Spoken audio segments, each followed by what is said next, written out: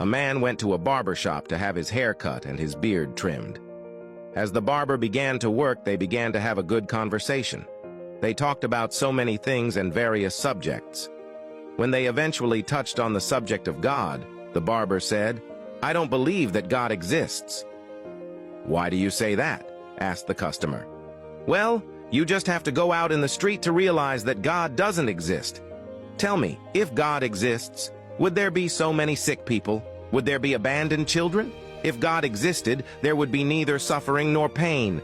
I can't imagine a loving God who would allow all of these things." The customer thought for a moment, but didn't respond because he didn't want to start an argument. The barber finished his job, and the customer left the shop. Just after he left the barber shop, he saw a man in the street with long, stringy, dirty hair and an untrimmed beard.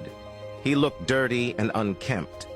The customer turned back and entered the barber shop again, and he said to the barber, "You know what? Barbers do not exist."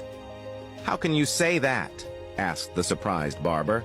"I am here and I am a barber, and I just worked on you." "No," the customer exclaimed.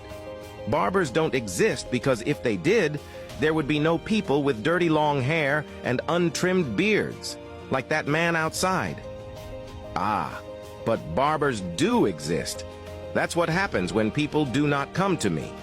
"Exactly," affirmed the customer. "That's the point. God, too, does exist. That's what happens when people do not go to him and don't look to him for help. That's why there's so much pain and suffering in the world."